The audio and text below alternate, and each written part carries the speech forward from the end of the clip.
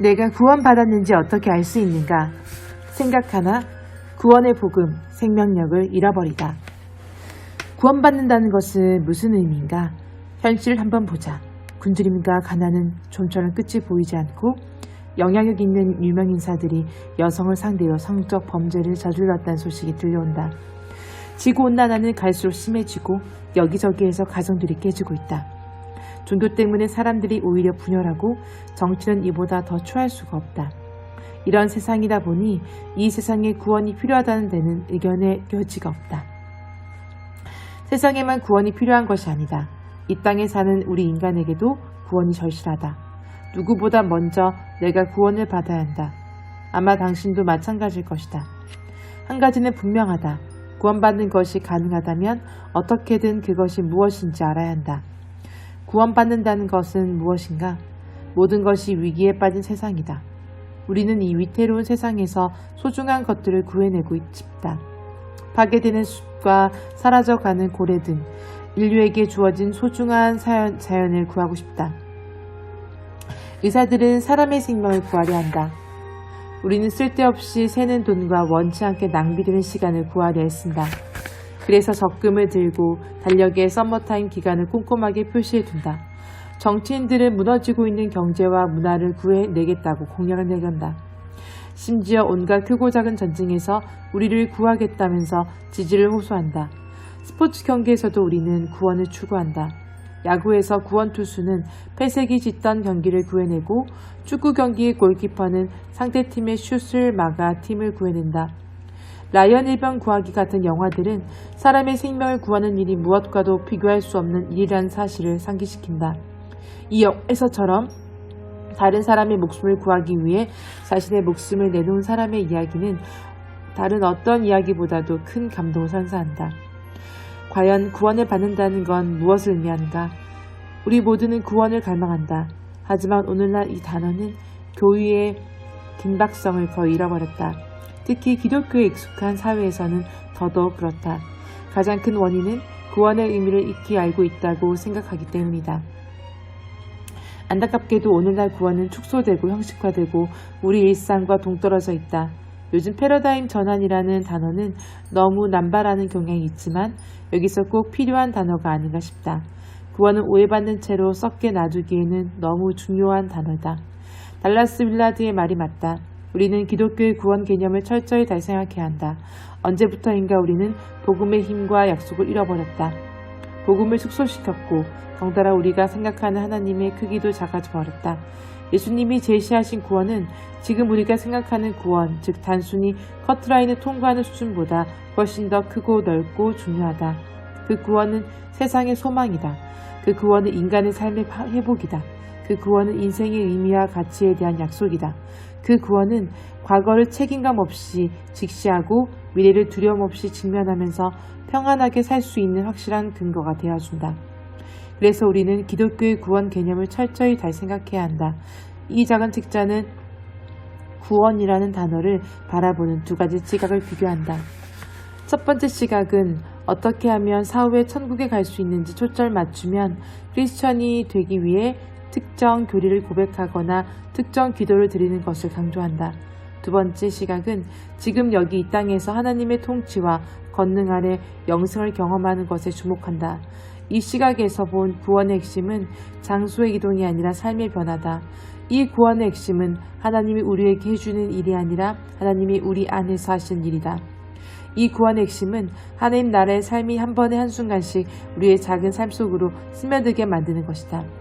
나는 후자가 옳다고 믿는다. 후자야말로 예수님이 가르치신 복음이다.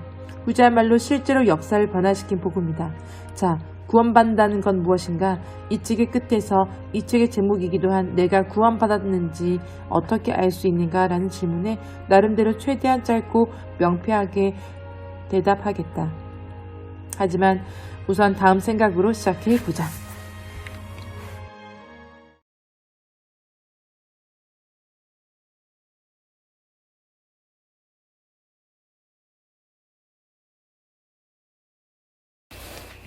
생각들, 이런 게 구원인 줄 알았습니다만 무엇이 구원인지를 살피기에 앞서 무엇이 구원이 아닌지부터 정확히 알고 넘어가야 한다. 집집마다 찾아다니면서 전도를 한 어느 대학의 학생들에 관한 오래된 이야기가 있다. 한 집에 문을 들였더니 반쯤 혼이 나간 아주머니가 문을 열어주셨다. 그녀는 한 손에는 어린아이를 안고 다른 손으로는 진공청소기를 돌리고 있었다. 집 안을 들여다보니 어디선가 갓난아기 우는 소리가 시끄럽게 들리고 또 다른 아이는 크레용으로 벽에 낙서를 하고 가스레인지 위에서는 냄비가 끊고 한쪽 구석에는 빨랫감이 산더미처럼 쌓여 있었다. 아주머니, 영색에 관심 있으세요? 한 학생이 묻자 그녀는 땅이 꺼져라 한숨을 내쉬었다. 보세요. 학생 같으면 이렇게 영원히 살고 싶겠어요? 말을 그렇게 했지만 그녀가 문을 꽝 닫아 버리진 않았으니 아마도 학생들은 어떻게든 복음을 전했을 가능성이 높다. 왜일까? 많은 사람들, 특히 크리스천들은 복음을 한 번 듣고 받아들이면 천국행이 보장된 소식쯤으로 생각하기 때문이다. 다시 말해 옳은 것들, 즉 예수님이 하나님의 아들이시고 우리 죄를 사하기 위해 십자가에서 죽으셨다는 사실을 믿기만 하면 죽어서 천국에 간다고 한다. 영화 몬티 파이튼의 성배의 클라이맥스에서 아서왕과 그 기사들이 그토록 찾아 헤매던 성에 마침내 들어간 장면이 떠오른다. 그들과 성 사이에는 끝없는 시면이 놓여있고 주름이 쭈글쭈글한 다리지기가 그 시면 위에 놓인 유일한 다리를 지키고 있다. 다리지기의 질문에 제대로 답하면 그 다리를 건널 수 있고 답하지 못하면 시면 아래로 던져줄 운명이다. 오늘날 많은 사람이 구원을 이런 식으로 생각한다. 사람이 죽으면 성에 들어가거나 시면에 빠지며 구원의 다리는 건너기 위한 옳은 답을 아는 것이다. 하지만 예수님은 구원을 이런 식으로 이야기하신 적이 없다. 예수님은 나에 관한 옳은 것들을 믿으면 죽어서 천국에 가게 해주겠다라고 말씀하신 적이 없다. 사실 신약 전체에서 예수님은 영생을 단 한 번만 아주 분명하게 정의하셨는데 안타깝게도 오늘날 이 정의를 아는 사람 별로 없다. 영생은 곧 유일하신 참 하나님과 그가 보내신 예수 그리스도를 아는 것이니이다. 요한복음 17장 3절 말씀. 영생, 하나님을 아는 것. 보다시피 예수님은 하나님에 관해서 아는 것이라고 말씀하지 않고 하나님을 아는 것이라고 말하셨다. 둘의 차이가 무엇인가? 많은 사람이 하나님에 관해서 안다. 심지어 무신론자들도 하나님에 관해서 안다. 하지만 예수님이 말씀하신 하나님을 아는 것은 완전히 차원이 다르다. 하나님을 아는 것은 은혜의 선물로 내가 그분을 사랑하는 친구가 되었다는 사실을 아는 것이다. 하나님을 아는 것은 풍성한 삶, 매 순간 감사로 흠뻑 젖은 삶, 하나님과 늘 동행한 삶이다. 하나님을 아는 것은 평범한 일상의 소소한 사건과 일, 난간 속에서 바울이 말한 부활의 권능을 아는 것을 의미한다. 하나님을 아는 것은 우리 삶의 매 순간이 하나님과 동행할 기회, 하나님과 대화할 기회, 하나님을 즐길 기회, 하나님께 의지할 기회, 하나님께 감사할 기회, 하나님의 필요함을 느낄 기회, 하나님을 섬길 기회, 하나님 안에서 쉴 기회란 사실에 깨어나는 것을 의미한다. 가장 좋은 소식은 하나님이 이미 이곳에 계신다는 것이다. 그저 우리는 그분을 맞아들여 함께 시간을 보내면 된다. 도움이 필요하면 그분께 아뢰라. 그리고 나서 하나님이 주실 힘과 지혜, 좋은 아이디어를 기대하며 기다리라. 기쁠 때는 그런 기쁨을 주신 하나님의 선하심을 기억하며 찬양하는 시간을 가져라. 아름다운 것을 보면 그것이 하나님의 손씨임을 알아보고 감사를 드리라. 세상을 하나님의 시각에서 볼 수 있는 눈을 날마다 더 열어달라고 기도하라. 하나님께 그분의 경험을 공유하게 해달라고 요청하라. 아버지, 이 사람을 볼 때 어떤 느낌이 드십니까? 이 나무를 창조하실 때 무엇을 생각하셨습니까? 주님이 창조하신 천지의 광활한 아름다움을 보시면서 얼마나 기쁘십니까? 하나님과 연결되기를 늘 갈망한 사람들은 가장 뜻밖의 장소에서 그분을 발견한 경향이 있다. 성 이냐시오는 모든 것에서 하나님을 발견했다고 말했다. 플랭크 루박 선교사는 분 게임이라는 방식을 사용했다.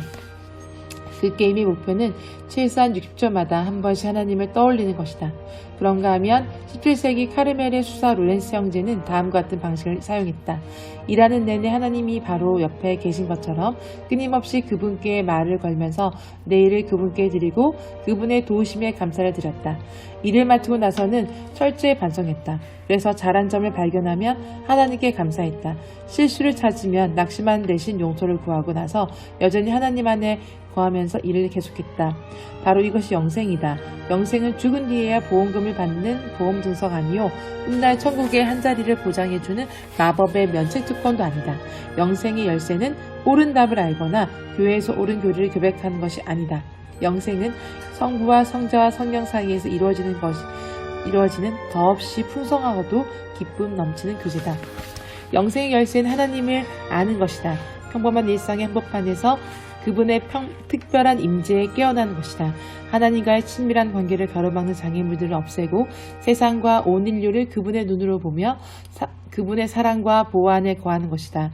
영생의 열쇠는 한 번에 하나의 선택씩, 한 번에 한 순간씩 예수의 삶이 우리 삶에 스며들게 하는 것이다. 바로 이것이 구원받는다는 의미다. 아멘.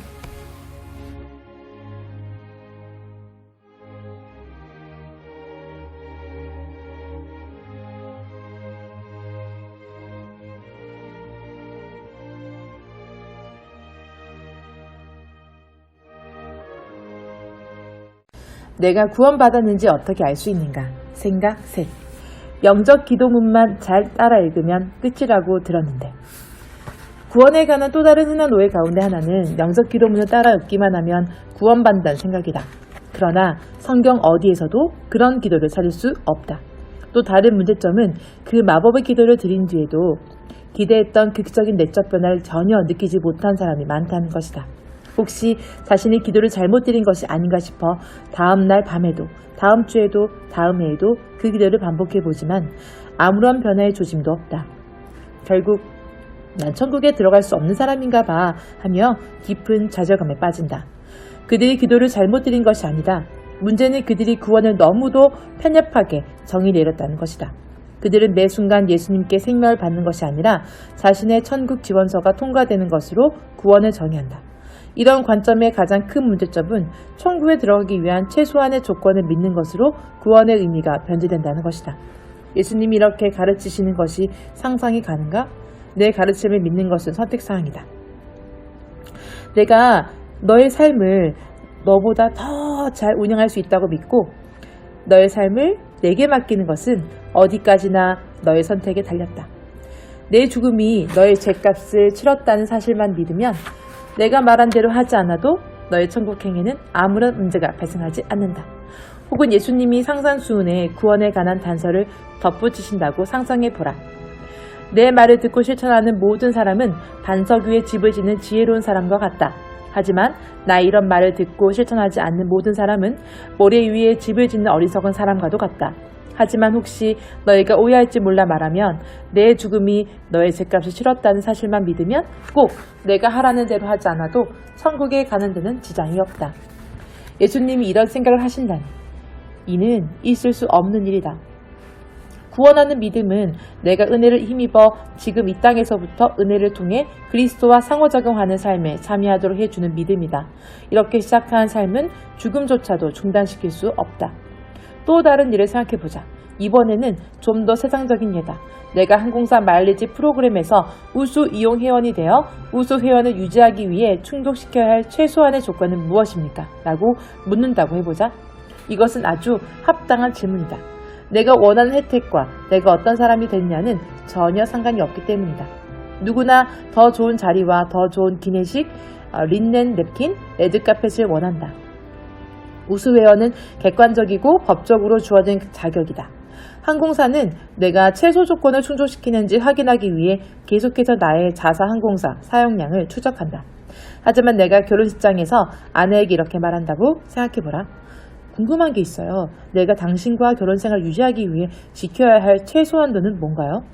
당신이 용인해 줄 수 있는 헌신의 하한선은 어디까지이시죠? 내가 가정을 등한시하는 것은 어느 정도까지 봐줄 수 있겠어요? 그러니까 내가 남편 자격을 유지하기 위해 충족시켜야 할 최소 조건은 뭐예요? 이랬다가는 질문들이 채 끝나기도 전에 그 결혼식은 깨져버릴 것이다. 하나님이 뜻하신 결혼은 단순히 법적 지위가 아니다.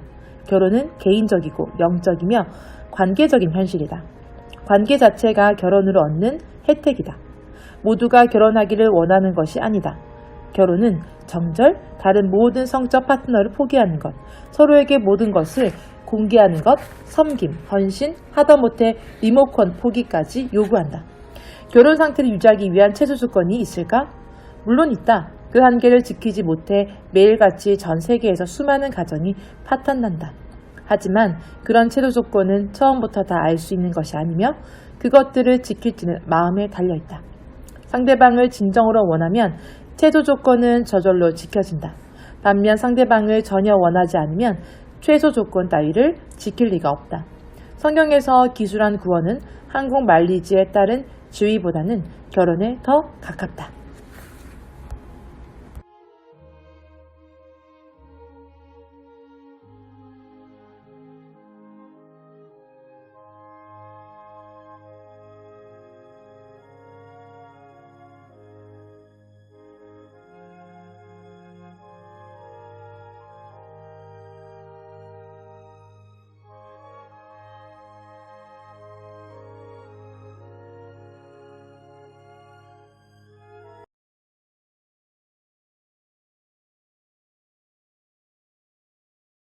내가 구원받았는지 어떻게 알 수 있는가? 생각 넷. 은혜로 구원받는다는 건 아무것도 할 필요가 없다는 뜻인가? 물론 우리는 은혜로 구원을 받는다. 아니, 은혜로 구원을 받아야 한다. 왜냐하면 하나님의 은혜가 없이는 우리는 철저히 망가진 상태이기 때문이다. 우리의 망가진 삶은 외적인 문제와 내적인 문제 두 범주로 나눌 수 있다. 외적인 문제는 돈, 재물, 직업, 건강, 관계 같은 것들이다. 내적인 문제는 자아, 중독, 가라앉을 줄 모르는 정욕, 질투, 냉담, 기만 같은 것들이다. 성경에서 제시한 구원은 나라는 존재의 거대한 혼란의 도가니에서 구조되는 것이다. 인간의 문제 중에서 하나님이 구속하기를 원하시지 않는 문제는 없다. 하지만 성경 기자들이 우리가 가진 가장 깊은 문제로 지적하는 것은 바로 인간의 내적 혼란이다. 구원은 단순히 우리가 내린 잘못된 선택들의 결과에서 건진받는 것이 아니다. 구원은 더 나은 상황으로 구조되는 것을 의미하지 않는다. 구원은 변화되는 것이다. 구원의 핵심은 죽어서 좋은 곳으로 가는 것이 아니라 좋은 사람이 되는 것이다. 우리는 내면의 분노와 절망, 정욕, 탐욕, 교만, 자아에서 구원을 받아야 한다. 우리의 속사람이 변화되지 않으면 외적인 장소는 별로 중요하지 않다. 이런 내적 변화, 즉 죄의 중독에서 구원을 받는 것이 바로 은혜로 구원받는 것의 핵심이다. 우리가 받는 모든 에너지와 생명은 은혜의 선물이다. 영생은 우리가 노력으로 얻을 수 있는 것이 아니다. 영생은 어디까지나 거저받는 선물이다. 단 영생으로 자라가는 것은 적극적인 과정이다. 그래서 달라스 윌라드는 은혜는 노력에 반대하는 것이 아니라 노력으로 얻는 것에 반대한다라고 말했다. 성경이 말하는 구원은 단순히 최소 조건을 충족시키는 것 이상이다. 성경이 말하는 구원은 은혜를 힘입어 우리의 생각과 바람, 뜻, 행동이 끝없이 구속되는 것이다. 도움이 될 만한 비교를 한 가지 해보자. 알코올의 존중으로 고생하는 사람들이 모인 모임에서 12번째이자 마지막 단계는 영적 깨어남에 관한 것이다. 남자는 여자가 영적으로 깨어난 것의 가장 중요한 의미는 전에는 혼자 힘으로는 하고 느끼고 믿을 수 없었던 것을 이제는 하고 느끼고 믿을 수 있게 된 것이다. 이제 그는 새로운 의식과 존재 상태에 해당하는 선물을 받았다. 그는 실제로 전진하는 길 위에 있다. 이제 그의 삶은 막다른 길이 아니라 이제 그의 삶은 견디거나 길들여야 할 것이 아니다. 매우 실질적인 의미에서는 그는 변화되었다. 구원도 비슷하게 작용한다. 사도 바울의 말을 들어보자. 잠자는 자여 깨어서 죽은 자들 가운데서 일어나라. 그리스도께서 너에게 비추이시리라. 에베소서 5장 14절 말씀. 우리가 그리스도의 빛을 보는 정도가 아니다. 그분의 생명이 우리를 새로운 삶의 가능성에 깨어나게 만든다. 인생의 밑바닥을 치며 자신의 인격적 흠이 적나라하게 보일 뿐 아니라 예수님과 함께하는 새로운 삶의 가능성이 보인다. 이런 영적 각성을 통해 우리는 단순히 그리스도의 빛을 볼 뿐 아니라 그 빛의 일부가 될 수 있다. 너희는 세상의 빛이라. 너희 빛이 사람 앞에 비치게 하여 그들로 너희 착한 행실을 보고 하늘에 계신 너희 아버지께 영광을 돌리게 하라. 마태복음 5장 14에서 16절 말씀. 보다시피 예수님은 우리의 빛이 사람 앞에 비치게 더 노력하라고 말씀하시지 않았다. 등불은 굳이 노력할 필요가 없다. 등불 안에서 일어나는 일로 자연스럽게 빛이 난다. 이 부분에서 정말 많은 사람이 하나님을 오해한다. 그들이 이렇게 생각한다. 하나님은 저 위에 계시고 나는 매일 하는 온갖 일들에 더해서 하나님을 기쁘시게 하기 위해 무언가를 또 해야 한다. 하지만 요한복음 15장 5절에서 예수님이 말씀하신다. 나는 포도나무여 너희는 가지라. 그가 내 안에 내가 그 안에 거하면 사람이 열매를 많이 맺나니 나는 나를 떠나서는 너희가 아무것도 할 수 없음이라. 우리는 가지이며 가지 역할은 열매를 맺는 것이 아니다. 포도나무 가지의 역할은 포도나무에서 계속해서 생명을 받는 것이다. 열매는 하나님 안에 거하는 삶의 자연스러운 부산부이다. 더 빛나기 위해 아무리 노력한다 해도 우리가 노력해서는 죽었다 깨어도 더 빛날 수 없다. 옳은 열매를 맺으려는 노력으로는 절대 옳은 열매를 맺을 수 없다. 옳은 것을 말하고 행동하려는 노력으로는 절대 옳은 것을 말하고 행할 수 없다. 율법에 순종하려는 노력으로는 절대 율법에 순종할 수 없다. 이것이 바울이 이렇게 말한 이유다. 항상 복종하여 두렵고 떨림으로 너희 구원을 이루라. 너희 안에서 행하시는 이는 하나님이시니 자기의 기쁘신 뜻을 위하여 너희에게 소원을 두고 행하게 하시나니. 빌립보서 2장 14절 13절 말씀. 사실 우리는 은혜의 의미를 단순한 죄의 용서로 축소시킬 때가 너무나 많다. 하지만 하나님은 우리가 죄를 짓기 전에도 은혜로 오셨다. 우리는 주로 우리 안에서 우리 스스로 할 수 없는 것을 해주는 하나님의 능력인 은혜를 경험한다. 베드로는 우리가 은혜에서 자라가야 한다고 말했다. 이는 죄의 용서에서 자라가라는 뜻이 아니다. 이는 사랑과 섬김의 삶을 살기 위해 내 힘으로 노력하지 않고 하나님의 권능에 점점 더 의지해야 한다는 뜻이다. 교인들 중에는 낚시 광고에 속았다고 생각한 사람들이 많다. 그것은 크리스천이 되거나 구원을 받기 위해 아무것도 할 필요가 없다는 말을 듣고 교회에 찾아왔기 때문이다. 때로 우리는 구원하다가 이루어졌다라는 두 단어로 정의한다. 다른 종교들은 무엇인가를 하라고 요구하는 반면 기독교는 구원이 우리를 위해 이미 이루어진 일이라고 말한다. 사람들은 구원받기 위해서 아무것도 할 필요가 없다는 말을 듣고 안심한다. 그런데 다음 주에 교회에 오니 교회에서 자꾸만 무언가를 하라고 한다.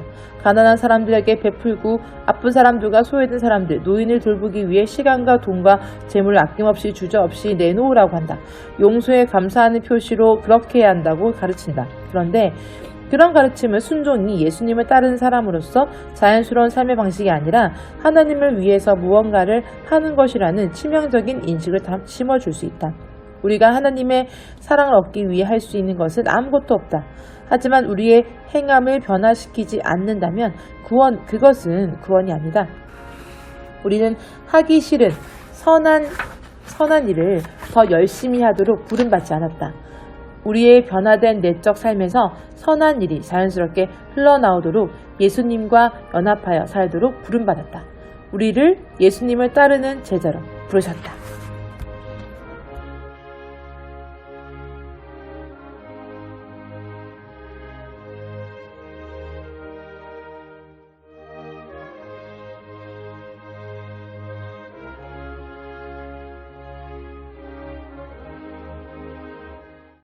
내가 구원을 받았는지 어떻게 알 수 있는가? 생각 5. 크리스천이 되었다는 게 구원받았다는 말 아닌가? 답은 크리스천이라는 단어를 어떻게 정의하냐에 따라 다르다. 코네티컷 대학교 사회학자 브래드 라이트는 크리스천을 정의하면 특정한 교리들을 믿거나 특정한 교단이나 교회 속에 속한 사람으로 이야기한다. 일부 사람들은 크리스천에 대한 정의를 매우 독하게 내린다. 앤디 스탠리는 크리스천에 대해 다음과 같이 이야기했다. 많은 사람이 크리스천을 공룡이 존재했음을 믿지 않고 자신들만 천국에 간다고 믿으며 자신들 외에 나머지 모든 사람이 지옥에 간다는 사실을 은근히 즐기는 도덕주의자요, 동성애 공포증 환자, 과학에 반대하는 비판적인 고집쟁이들로 정의한다. 흥미롭게도 많은 역사학자들이 크리스천을 정의할 때 에이브러함 링컨을 중요한 판례 가운데 하나로 삼는다. 실제로 역사학자들은 그가 크리스천이었는지 아니었는지를 놓고 1800년대부터 오랜 논쟁을 벌여왔다. 이 주제에 관한 책에서 마이클 버키머는 우리가 링컨의 신앙을 판단하기 전에 먼저 크리스천이라는 것이 무엇을 의미하는가 하는 본질적인 질문을 던져야 한다고 말한다. 또한 그는 대부분의 저자와 역사학자들이 세 가지 핵심적인 믿음을 기준으로 사용한다는 점을 지적한다. 예수님은 신이며 삼위일체의 한 위시이다. 그리스도가 세상 죄를 위해 돌아가셨다. 이 교리를 믿는 것이 구원을 얻는 데 반드시 필요하다. 버키먼은 이것이 지나친 단순화이지만 거의 모든 사람이 익숙해 있는 기초다라고 말한다. 그런데 성경은 정작 크리스천이라는 단어를 중대하게 정의하지 않는다. 예수님은 자, 크리스천이 되는 법을 알려주마 라고 말씀한 적이 없다. 예수님이 크리스천이 어떤 사람인지를 설명하신 적이 없다. 심지어 예수님 자신이 크리스천이 아니셨다. 예수님은 유대인이셨다. 예수님은 제자들에게 온 세상에 가서 크리스천을 삼아라 라고 말씀하지 않았다. 예수님은 온 세상에 가서 제자를 삼으라고 명하셨다.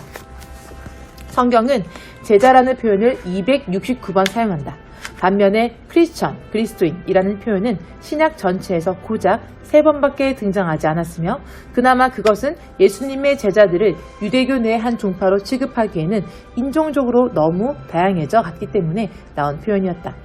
달라스 윌라드 책 영성훈련에 따르면 신약은 제자들에 관한 제자들을 위한 책이다. 그렇다면 제자는 크리스천과 어떻게 다른가? 교회 안팎에서 많은 사람이 크리스천을 최소 자격의 복음을 믿는 사람으로 생각한다. 즉, 크리스천은 옳은 것들을 믿기 때문에 구원을 받은 사람들, 죽어서 천국에 들어가는 사람들이다. 하지만 최소 자격의 복음을 디트리 본 해퍼는 값싼 은혜로 부른다. 그의 설명을 들어보자. 값싼 은혜에 따르면 크리스천으로서 내 유일한 의무는 주일 아침에 1시간 남짓 세상을 떠나 교회에 가서 내 모든 죄가 용서받았다는 확신을 얻는 것뿐이다. 더 이상 그리스도를 따르려고 애쓸 필요가 없다. 제자도의 가장 지독한 적인 값싼 은혜, 진정한 제자들이 가장 혐오하는 값싼 은혜가 나를 그 필요성에서 해방시켰기 때문이다.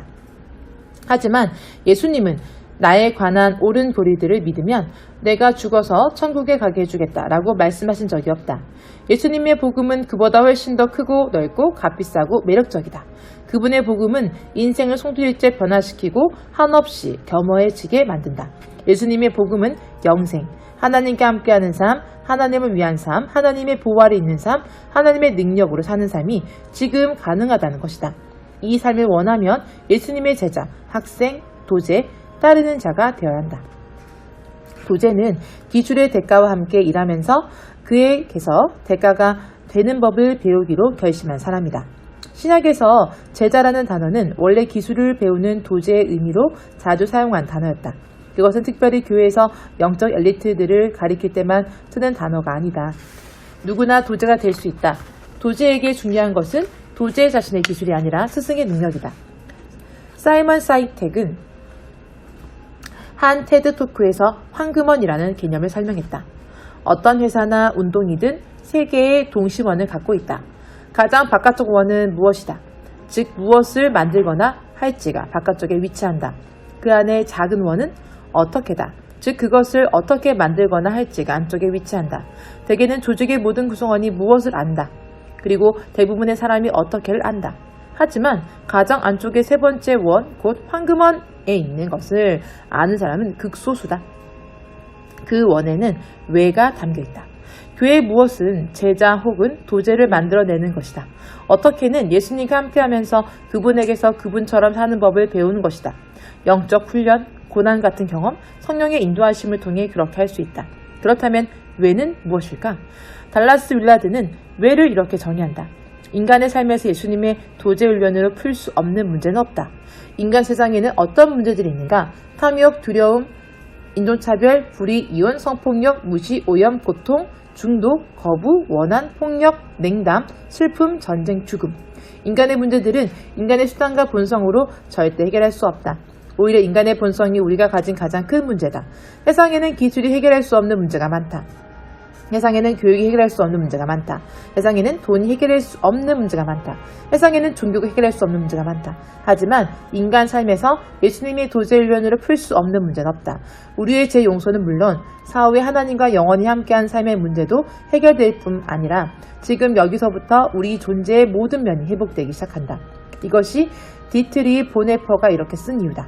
은혜와 제자도는 서로 때려 뗄 수 없다.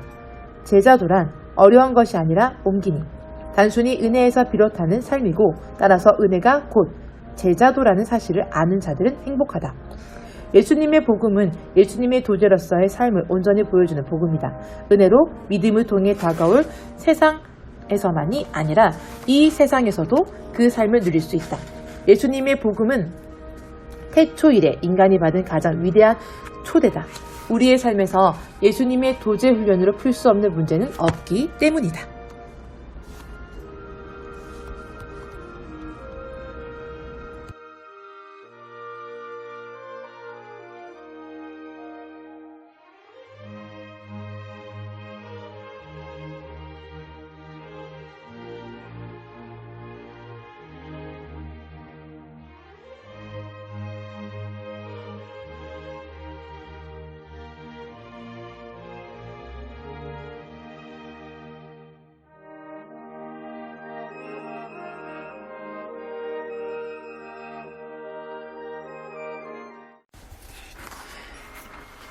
내가 구원받았는지 어떻게 알 수 있는가?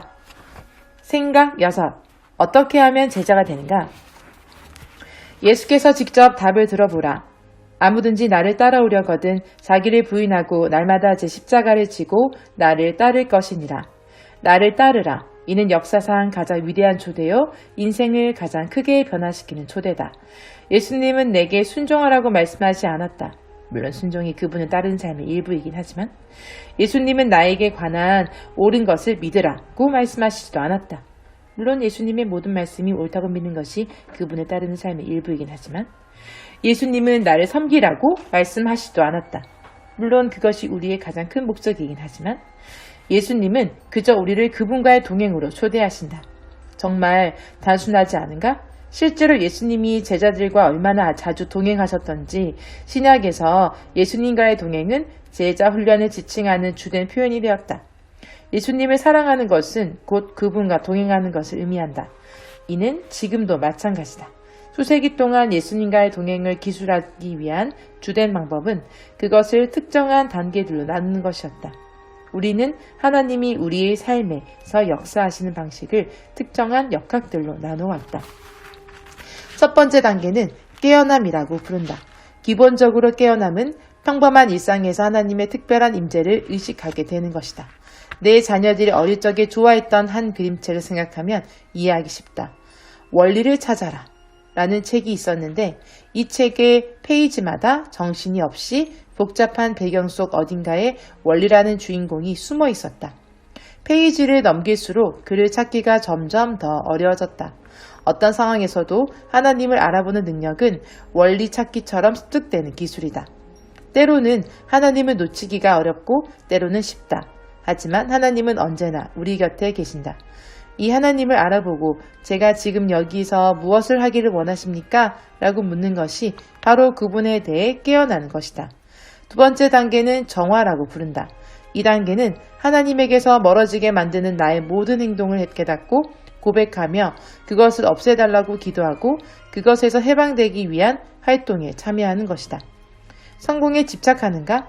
거짓말을 너무 자주 해서 이제는 자신이 거짓말을 하는지조차 인식하지 못할 지경에 이르려는가? 냉소적인 태도가 깊이 뿌리를 내려 입만 열면 다른 사람들을 비판하는가?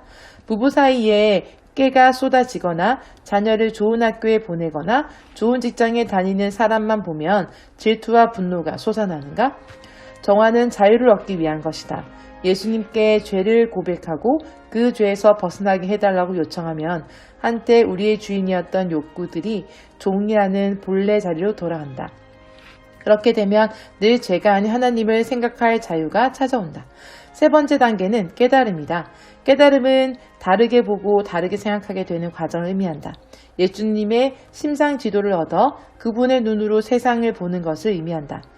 헬렌 켈러의 자서전만큼 깨달음의 의미를 잘 보여주는 것도 없는 것 같다. 우리는 우물 쪽으로 걸어갔다.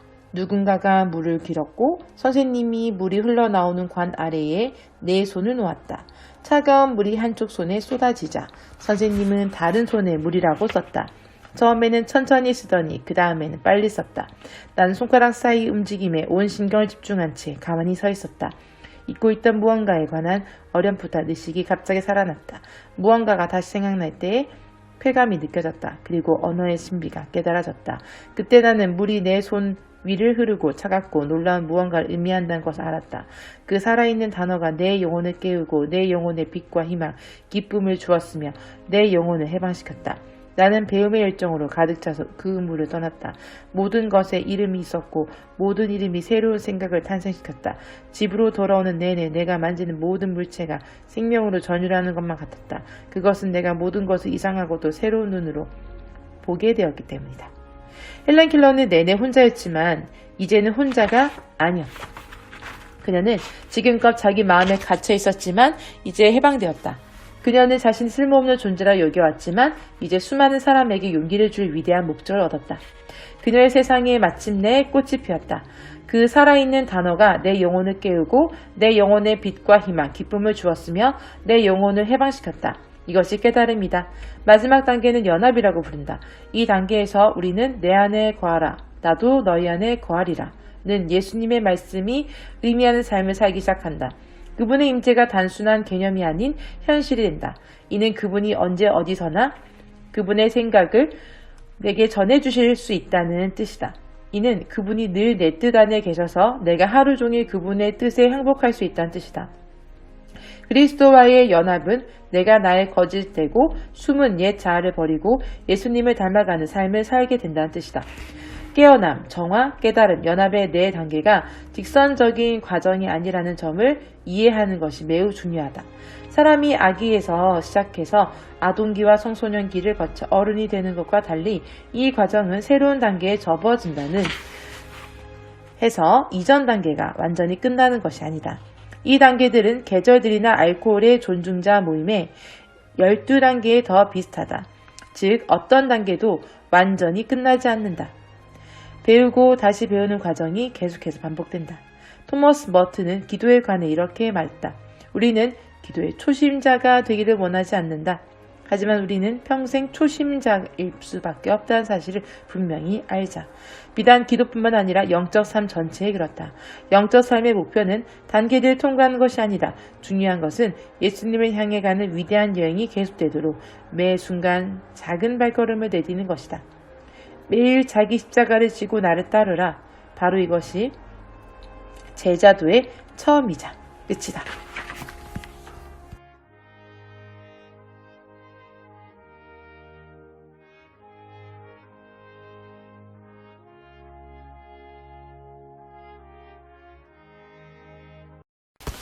내가 구원을 받았는지 어떻게 알 수 있는가? 생각 7. 누가 제자이고 누가 아닌지 어떻게 아는가? 사람의 가장 큰 욕구 가운데 하나는 누가 자신이 속한 집단 안에 있고 누가 밖에 있는지 아는 것이다. 특히 우리는 누가 크리스천이고 누가 크리스천이 아닌가라는 질문의 답을 듣고 싶어 한다. 안타깝게도 오늘날 많은 크리스천들이 자신과 같은 교리를 고백하지 않는 사람들에게 배타적인 무리라는 비난을 받는다. 하지만 예수님의 가장 놀라운 특징 가운데 하나는 밖에 있는 사람들을 대하는 모습에서 찾아볼 수 있다. 예수님은 남들이 피하는 사람들을 환대하셨고 전혀 뜻밖의 사람들을 안에 있는 자들로 선포하여 주변 사람들의 충격의 도가니에 빠뜨리셨다. 사실 예수님은 무엇보다도 이런 행동들 때문에 자주 곤란에 처하셨다.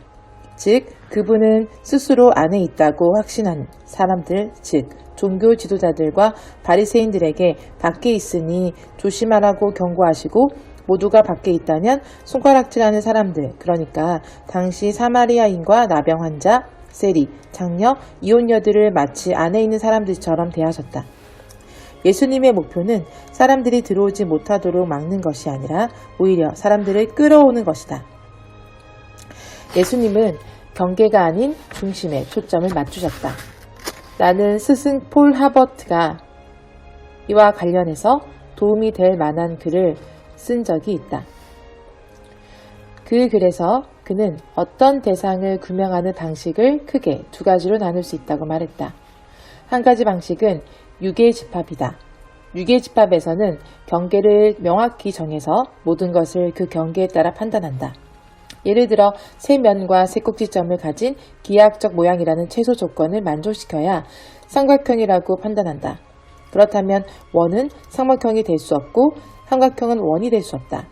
또한 원은 삼각형으로 변해가지 않고 삼각형은 원으로 변해가지 않는다.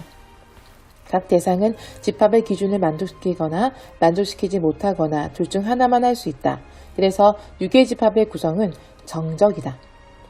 다른 방식은 중심집합이다. 이 집합에서는 경계가 아니라 중심을 향하고 있는지에 따라 대상을 정의한다.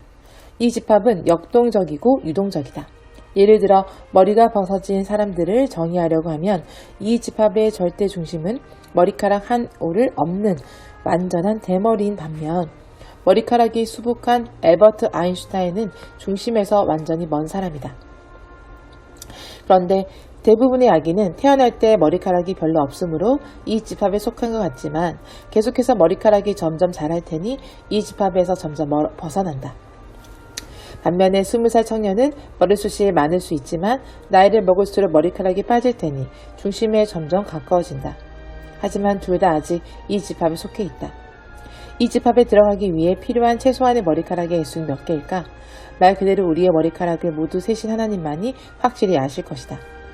기독교가 유괴집합이라면 안에 들어가기 위한 필요 충분 조건을 분명히 알아야 한다.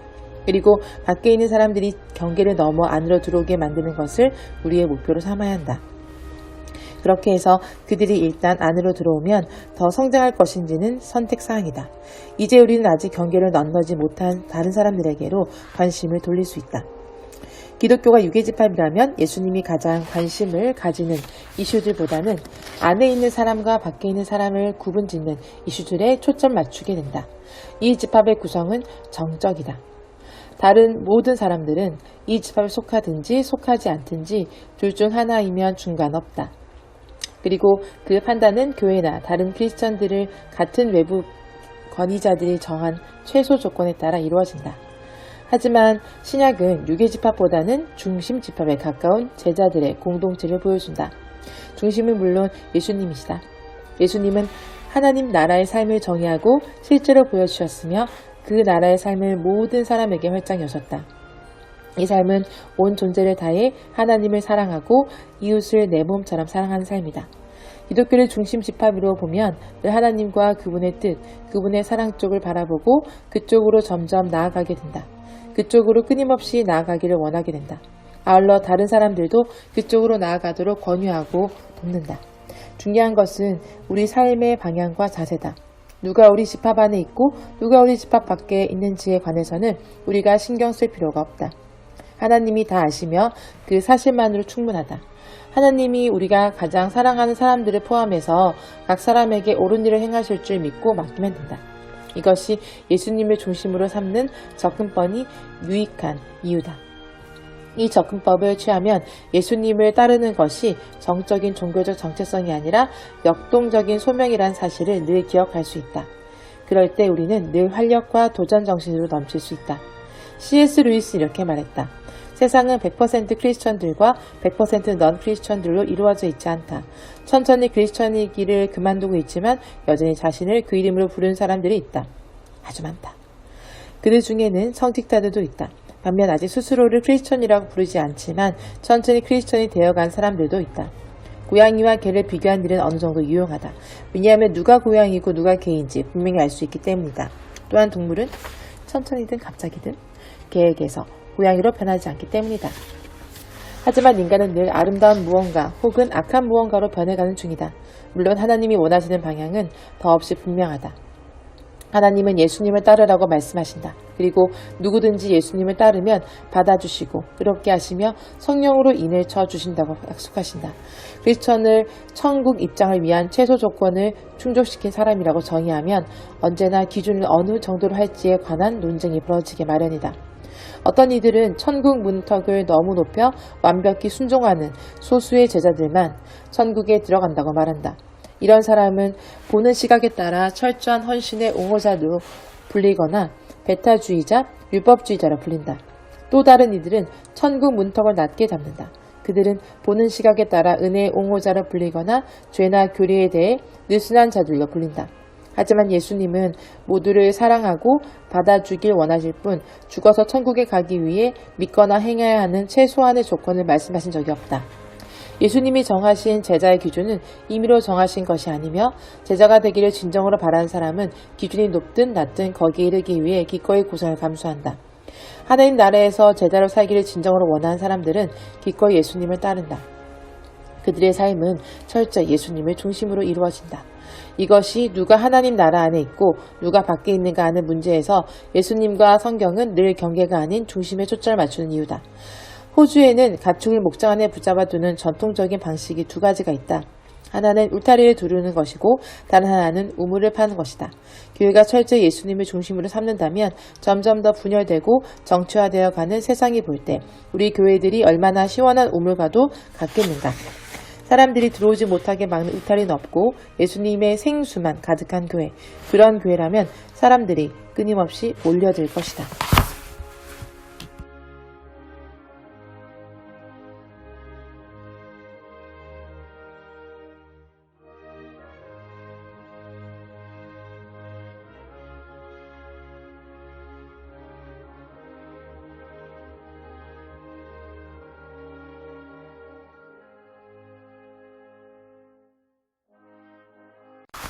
내가 구원받았는지 어떻게 알 수 있는가? 생각 8. 구원을 잃어버릴 수도 있는가? 받은 구원을 내가 잃어버리면 어쩌지? 하고 걱정한 사람들이 적지 않다. 물론 이들이 정말로 알고 싶은 건 내가 월요일에 죽으면 천국에 가지만 수요일에 영적으로 타락한 뒤에 죽으면 지옥에 갈까이다. 다시 말해 내가 인생의 한 시점에서는 천국으로 향하다가 어느 시점에서 지옥으로 방향을 틀어버릴 수 있는가? 간단히 답하면 그렇지 않다. 자동차 열쇠나 지갑, 집으로 오는 길을 잃어버릴 수는 있어도 받은 구원은 잃어버릴 수 없다. 구원은 하나님과 나누는 상호적인 관계다. 우리는 은혜로 용서를 받아 이 관계로 들어가며 하나님 나라에서 그분과 함께 살면서 우리의 뜻을 그분의 뜻 앞에 내려놓는 법을 배워간다. 구원은 잃을 수 없고 다만 거부할 수는 있다. 무언가를 잃는 것은 부지부식간에 일어나는 일이다. 실수나 부주의에서 잃는다. 하지만 하나님은 우리가 그분과의 관계를 그런 식으로 잃어버리도록 놔두시지 않는다. 달라스 윌라드의 설명을 들어보자. 망가진 영혼은 한두 가지 중요한 신학적 요점을 놓쳐 인생 끝에 치르는 신학 시험에서 낙지할 사람이 아니라는 점을 분명히 알아야 한다. 지옥은 실수로 가는 곳이 아니다. 간발의 차이로 천국을 놓친 사람은 없다. 하나님을 피하고 그분에게서 도망치려는 지속적인 노력으로 지옥에 가는 것이다. 바깥 어두운 데는 아무리 설득해도 그곳을 원하는 사람은 이유한 곳이다. 하나님께서 반대해서 결국 우주의 원리에 반하는 성향 자체가 천천히 또한 확고하게 굳어져서 그곳에 가는 것이다. 성경은 아무것도 우리를 우리 주 그리스도 예수 안에 있는 하나님의 사랑에서 끊을 수 없다는 약속들로 가득 차 있다.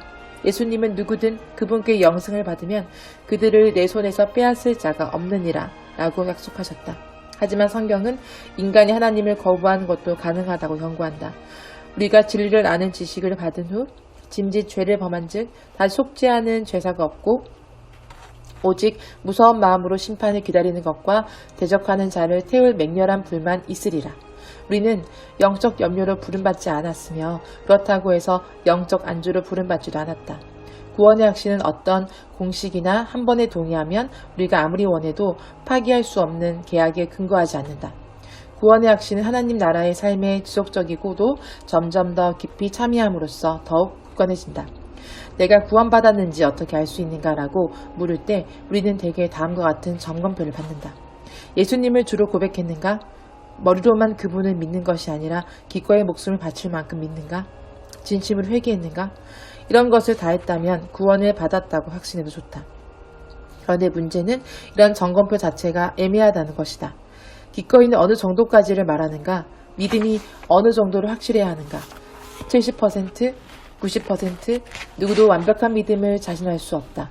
뿐만 아니라 믿음의 정도는 시시각각 달라지기 마련이다. 지금은 90% 확신하지만 내일은 그것이 50%로 떨어지면 어떻게 하는가? 내일 의심할지와 상관없이 오늘 확신하면 되는 것인가? 이런 문제 이면에 더 깊은 문제는 우리가 잘못된 질문을 던지고 있다는 것이다. 올바른 질문은 내가 구원을 받았는가가 아니라 내가 예수님을 따르는가이다. 우리는 천국에 가기 위해서가 아니라 예수님을 따르는 것이 인류에게 주신 최고의 선물이기 때문에 그분을 따르는 것이다.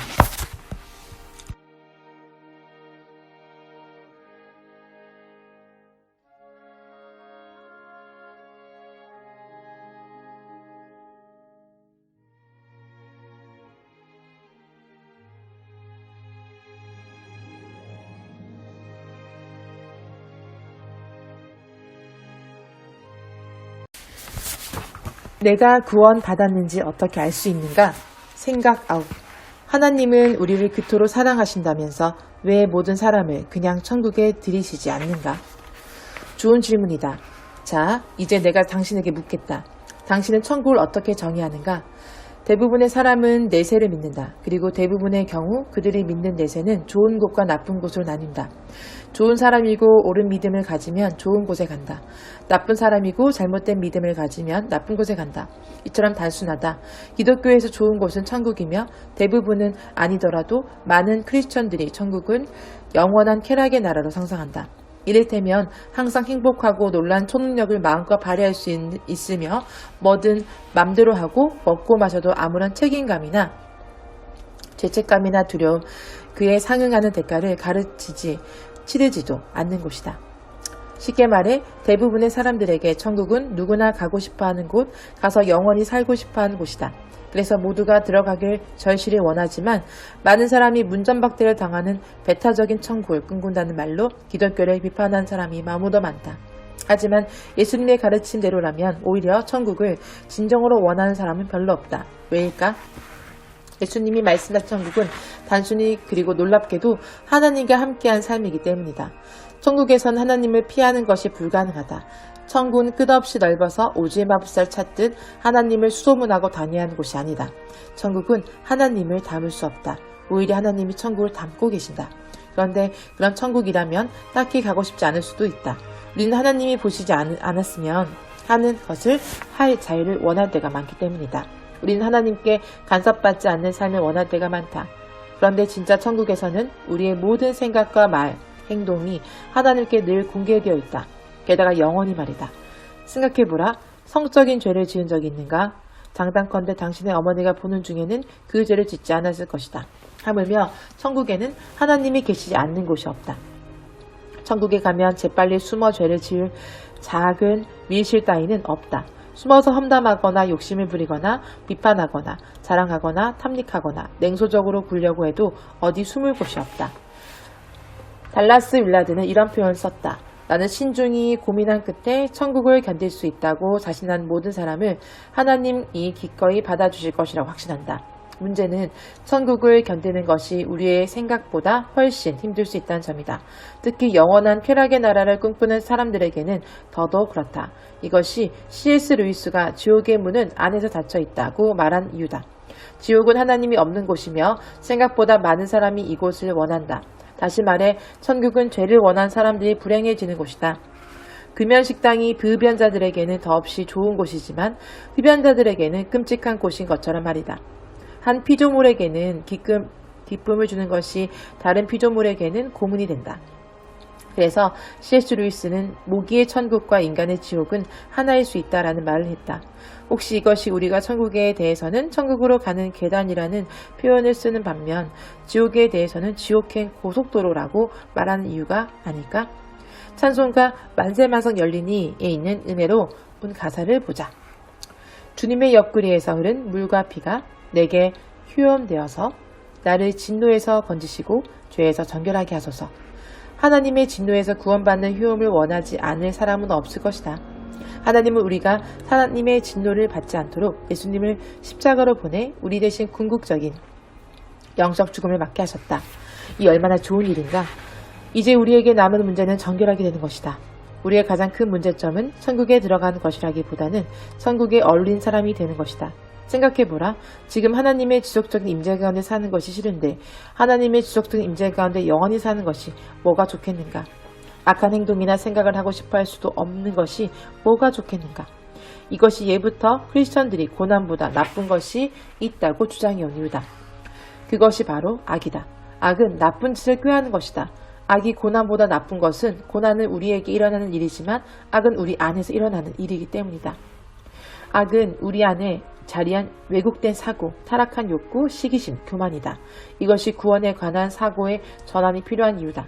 명심하라. 구원의 핵심은 우리를 천국으로 데려가는 것이 아니라 천국을 우리에게 가져오라는 것이다.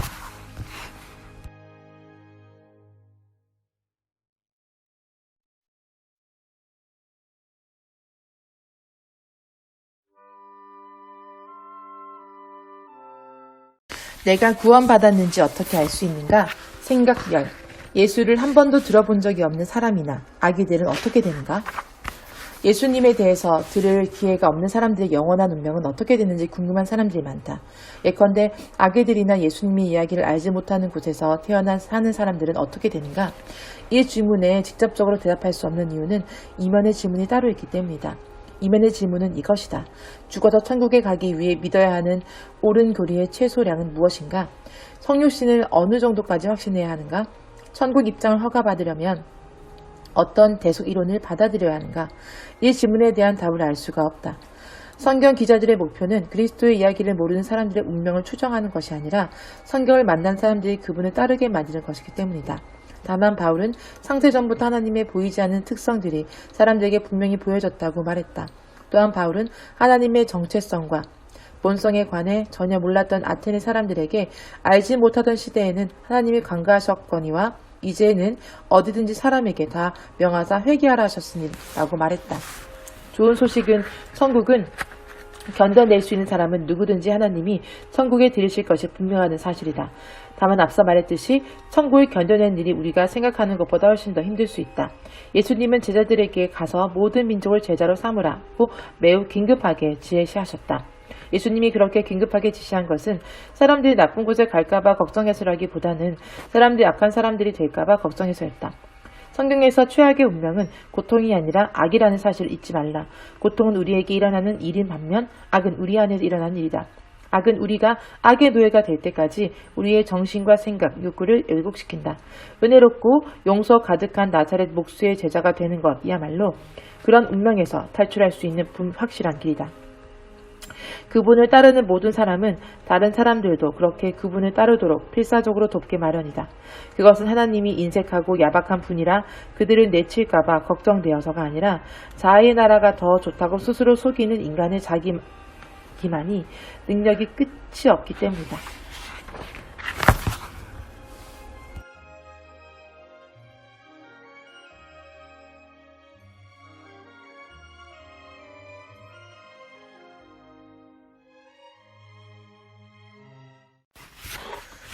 내가 구원받았는지 어떻게 알 수 있는가? 생각 11. 이 모든 것이 왜 그토록 중요한가?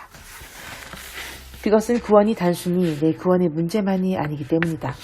어떤 개인이든 한 사람의 구원은 온 피조 세계를 구원하고 치유하려는 하나님의 궁극적인 계획의 일부로서만 의미가 있다.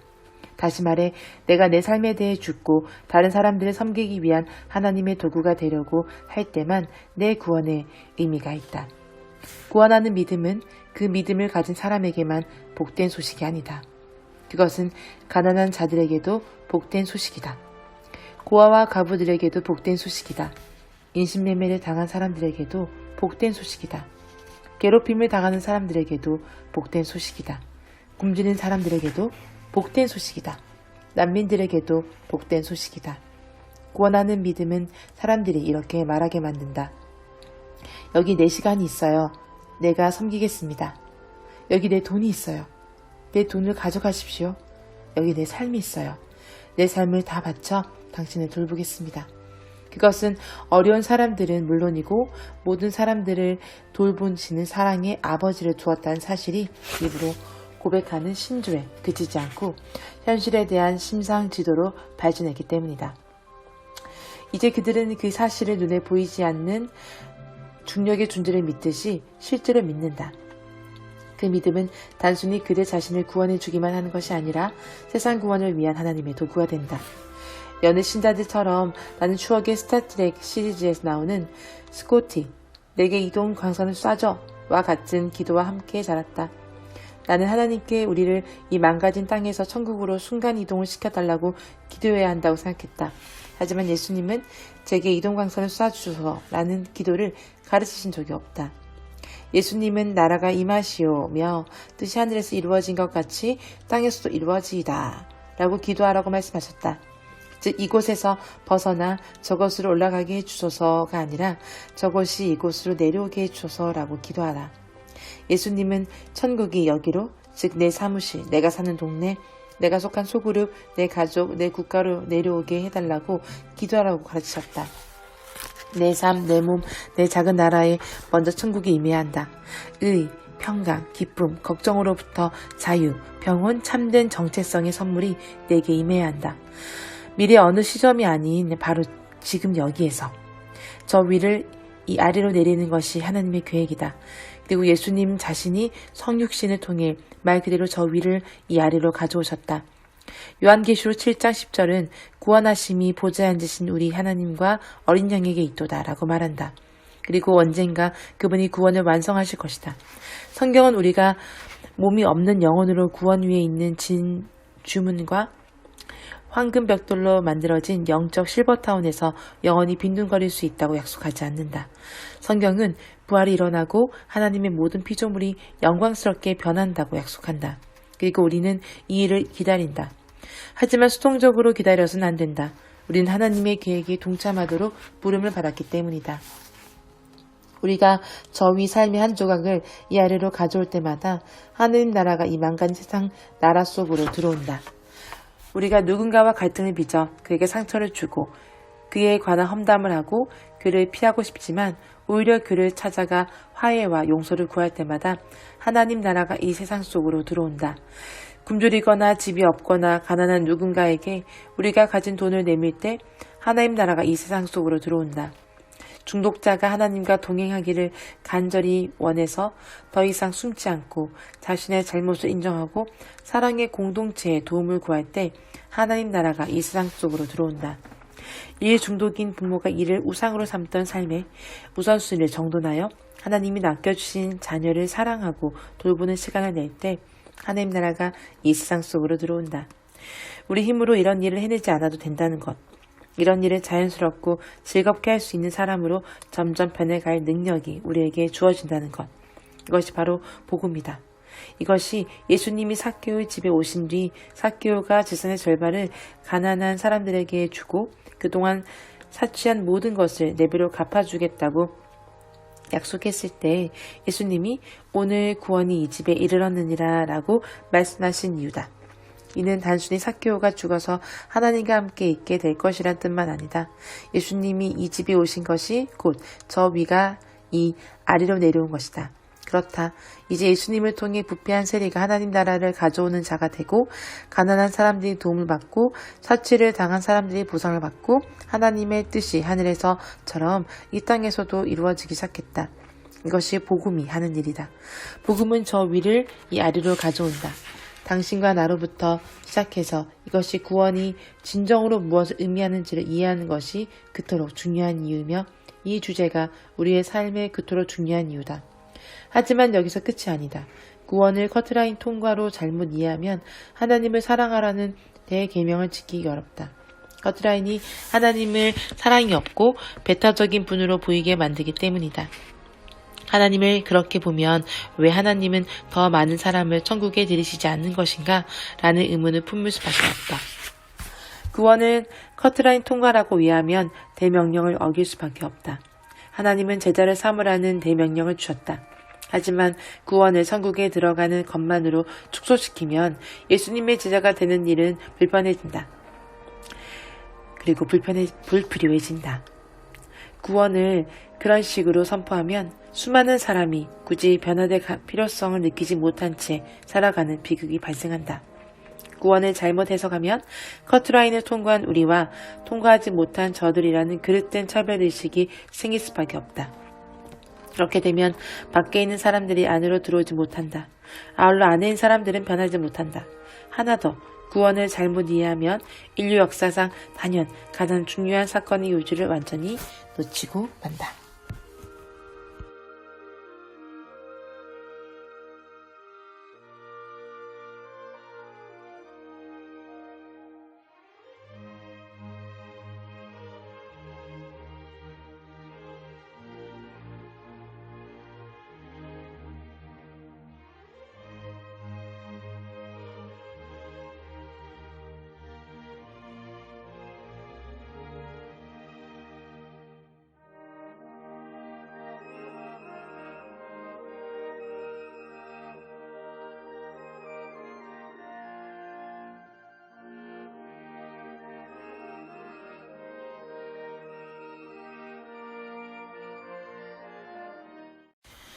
내가 구원받았는지 어떻게 알 수 있는가? 생각 12.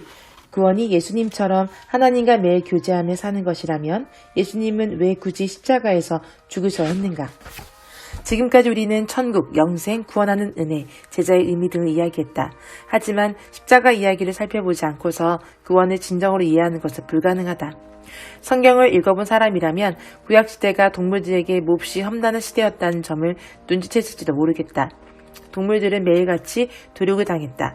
그뿐만 아니라 그 동물의 피는 제단 사방에 뿌려지고 기름 부위는 제단에서 태워졌다. 그야말로 동물보호단체들이 결사반대할 온갖 일이 벌어졌다. 당시에는 그런 관행을 통해 인간이 하나님과 화목할 수 있다고 믿었기 때문이다. 구약을 읽어보면 사람들은 모세가 지시하기 훨씬 전부터 짐승을 잡는 제사를 드렸다. 그것이 삶의 일부였다. 고대에도 사람들은 자신이 모든 걸 통제할 수 없다는 점을 이해했던 것으로 보인다.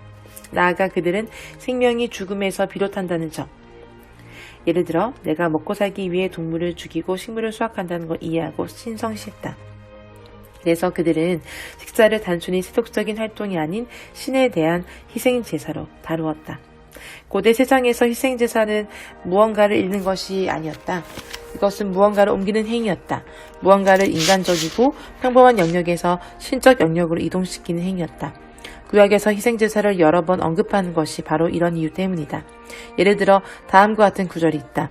여호와께 향기로운 번제로 드릴 것이며 이는 향기로운 냄새를 위해 드리는 번제로 여호와께 드리는 화제라. 희생제사 개념은 향기가 하늘로 올라가면 희생제물이 공식적으로 하나님께 속하게 된다는 것이었다. 자, 이제 놀라운 일을 소개한다. 하나님은 원래부터 보편적으로 존재했던 희생제물의 관행을 극적으로 변화시켜 인류에게 다음 세 가지를 가르쳐 주셨다. 온 우주의 신은 사랑으로 충만하고 지극히 선하신 하나님 한 분밖에 없다. 하나님은 식사를 공급해 줄 대상이 필요해서가 아니라 사랑할 대상을 원해서 인류를 창조하셨다.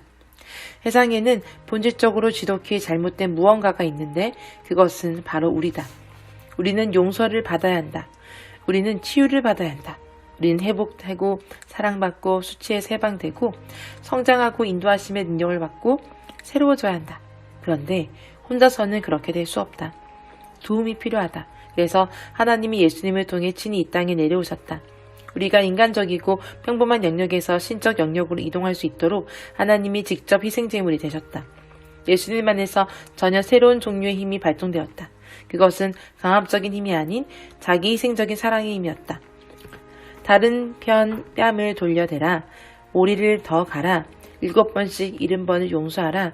예수님은 자기 희생적인 사랑의 힘이 더 강하다는 사실을 보여줌으로써 악과 미움의 힘을 패배시켰다. 이에 관한 사도 바울의 말을 들어보라. 하나님이 그와 함께 살리시고 우리의 모든 죄를 사하시고 우리를 거스르고 불리하게 하는 법조문으로 쓴 증서를 지우시고 제하여 버리사 십자가에 못 박히시고 통치자들과 권세들을 무력화하여 드러내어 구경거리로 삼으시고 십자가로 그들을 이기셨느냐. 예수님을 발가벗기고 대중의 구경거리로 만든 권력자들은 자신들의 십자가로 예수님을 패배시켰다고 생각했다. 하지만 바울은 상황이 정반대라고 말한다. 오히려 예수님이 그들을 패배시켰다고 말이다. 하지만 세상이 변화된 것은 예수님이 그들을 패배시켰다는 사실보다는 패배시키신 방법 때문이었다. 예수님은 거룩하고 용서한 사랑으로 고난을 이겨내는 모습을 통해 고난을 일으키는 악과 미움, 죄의 힘을 무력화시켰다. 예수님은 악과 죄, 미움이 얼마나 어리석고 옹졸하고 좀스러운 힘인지를 적나라하게 드러내셨다. 예수님은 악과 죄, 미움으로부터 우리를 시험하고 겁주는 힘을 빼앗아 버리셨다. 마치 예수님은 이렇게 말씀하신 듯 했다. 미움아, 어디 내 맘대로 해봐라. 두려움아, 어디 내 맘대로 해봐라. 죄야, 어디 내 맘대로 해봐라.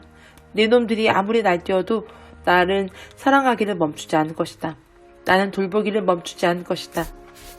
고통을 흡수하는 내 능력은 고통을 가하는 내 능력보다 크다. 예수님은 죄악의 악을 손수 당하심으로 우리를 그 악에서 구해내셨다. 바로 십자가를 통해서 말이다. 또한 여기에는 깊은 뜻이 담겨 있다. 십자가는 로마가 사용하던 궁극적인 굴욕의 도구였다. 오직 노예와 반역자만 십자가에 못 박을 수 있었다.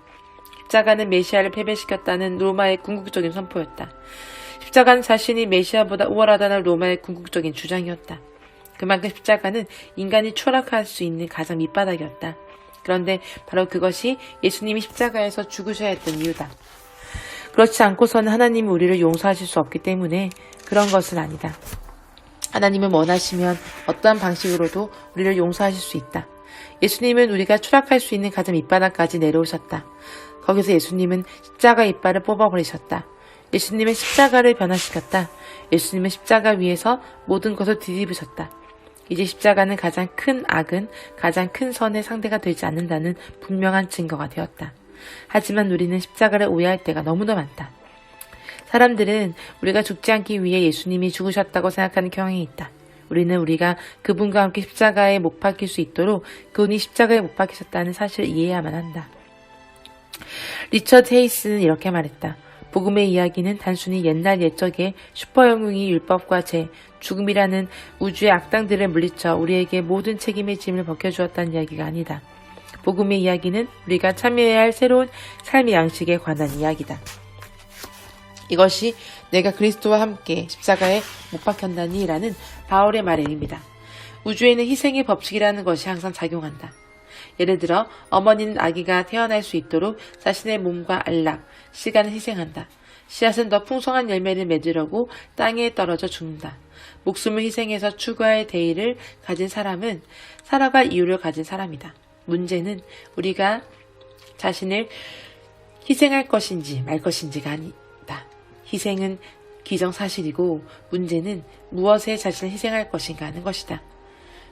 그러므로 형제들아 내가 너희의 모든 자비하심으로 너희를 권하노니 너희 몸을 하나님이 기뻐하시는 거룩한 산 제물로 드리라. 이는 너희가 드릴 영적 예배니라. 로마서 12장 1절 말씀. 기억하는가?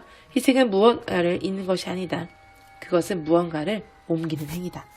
그러므로 사랑을 받는 자녀같이 너희는 하나님을 본받는 자가 되고 그리스도께서 너희를 사랑하신 것 같이 너희도 사랑 가운데서 행하라. 그는 우리를 위하여 자신을 버리사 향기로운 제물과 희생 제물로 하나님께 드리셨느니라. 우리는 하나님 앞에서 그리스도의 향기니 십자가에서 일어난 일을 제대로 알고서 믿기만 하면 죽어도 천국에 갈 수 있다 생각한 사람들이 있다. 하지만 예수님의 첫 제자들은 십자가 사건을 그런 식으로 보지 않았다. 그들은 그 이상의 무언가를 보았다. 그들은 십자가 사건을 세상을 구원하기 위한 하나님의 위대한 계획이 시작된 순간으로 보았다. 그들은 십자가 사건을 십자가 사람들이 되어 예수님처럼 자기생적인 사랑의 힘을 발휘하라는 초대로 보았다. 앤티 라이트의 감동적인 표현을 빌자면 그들은 그것을 혁명이 시작된 날로 보았다. 십자가에서 죽는 것이 예수님이 이 땅에 오신 유일한 이유라고 생각한 사람이 많다. 하지만 십자가 죽음은 그분의 임무 중 일부분에 불과했다. 그분이 맡은 큰 임무는 그 나라를 가져오는 것이었다. 그분의 복음은 그 나라가 우리에게 가능하다는 복음이었다. 그분의 목적은 자신의 삶과 죽음, 부활을 통해 그 나라의 현실을 실제로 보여주는 것이었다. 그분의 명령은 그 나라를 추구하라는 것이었다. 그분의 계획은 그분의 백성이 그 나라를 넓히도록 만드는 것이었다. 그분이 은혜의 선물로 당신을 그 나라의 일꾼으로 초대하신다.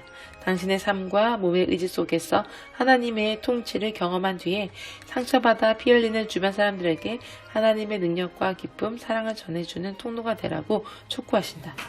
예수님의 나라의 복음은 절망한 사람들에게 구원을, 불의로 가득한 세상의 치유를 제시한다.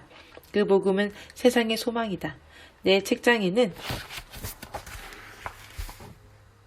크리스천의 자격을 유지하기 위해 믿어야 할 최소한도는 무엇인가? 라는 흥미로운 제목의 책이 꽂혀 있다. 부활을 다룬 장에서 저자는 톰 행크스가 주연한 영화 캐스터웨이의 한 장면을 회상한다. 톰 행크스가 연기한 주인공은 유명 택배회사 페덱스의 간부이다. 그는 곧 꿈에 그리던 여인과 결혼할 예정인데 어느 날 그만 그가 업무 수행을 위해 한 운송 전용기가 바다 한가운데 추락하고 만다. 구사일생으로 어느 무인도에 닿은 그는 그곳에서 수년 동안 혼자 살아가게 된다. 한편 그가 탄 비행기에 실려있던 각종 택배 상자들도 그가 있던 무인도의 해변으로 떠밀려왔다. 상자들 속에는 생존과 생활에 아주 유용한 물품들이 들어있었다. 그런데 그는 마지막 상자 하나만은 열지 않는다. 그는 그 내용물이 무엇이든 뜯지 않기로 했다. 4년 뒤 마침내 그는 뗏목을 만들어 섬을 빠져나가기로 결심하면서 뗏목에 뜯지 않은 마지막 상자를 묶은다. 그리고 천신만고 끝에 살아남아 무사히 집으로 돌아온다. 그렇게 그는 구원을 받는다. 영화 마지막 장면에서 그는 4년간 뜯지 않은 그 택배 상자를 수치인에게 배달하지만 주인은 집에 없었다. 그는 상자와 함께 이런 메모를 남긴다. 이 상자가 제 생명을 구했습니다. 여기서 구했다는 말은 무슨 뜻일까? 다른 상자들 안에 든 내용물이 무인도에 홀로 버려진 그에게 당장 훨씬 쓸모가 있었다. 거기에는 롤랜드가 지낼 만한 곳을 지을 때 자르거나 매거나 할 수 있는 것들이 들어있었다. 반면 이 마지막 상자는 끝까지 미스테리로 남았다. 이 상자는 희망이었다. 이 상자를 볼 때마다 주인공은 자신의 직업을 기억했다. 반드시 살아남아 자신이 전달하러 가던 이 상자를 스위치인에게 전달하겠다는 마음이 그에게는 희망이었다. 이 상자를 볼 때마다 그는 그 섬을 탈출할 수 있다는 희망을 키웠다. 이 상자를 볼 때마다 그는 자신이 갇힌 작은 감옥보다 더 큰 세상이 있다는 사실을 기억했다. 희망은 그 무엇보다도 우리를 계속 전진하게 만드는 힘이다. 이 상자가 제 생명을 구했습니다. 크리스천 자격을 유지하기 위해 믿어야 할 최소한도가 그 어느 정도인지 나도 모른다. 그것은 오직 하나님만이 아신다. 하지만 내가 확실히 아는 사실들이 있다. 이 땅까지 내려와 십자가에서 죽으실 분이라면 영생을 견딜 수 있는 모든 사람을 구원하길 절실히 원하실 분이라는 점만큼 확실하다. 그런 하나님이 마련하신 좋은 곳이라면 내 상상을 훨씬 초월할 만큼 좋은 곳이라는 점만큼 확실하다. 그와 같게 내 모습, 즉 두 번째 아담 같게 된 모습이 내 새 형상을 초월할 것이라는 것만큼은 확실하다. 도움이 오고 있다. 이것은 성경이라 불리는 책에 대한 메시지다. 그 책에 담긴 메시지다. 도움이 오고 있다. 이것은 예수라는 다시 없을 인물이 하신 선포다. 이 메시지가 내 나라의 해변으로 계속해서 떠밀려온다. 도움이 오고 있다. 희망은 옳은 대상을 향하기만 하면 우리 생명을 구할 수 있다. 자, 이제 우리의 첫 질문으로 들어갈 시간이다.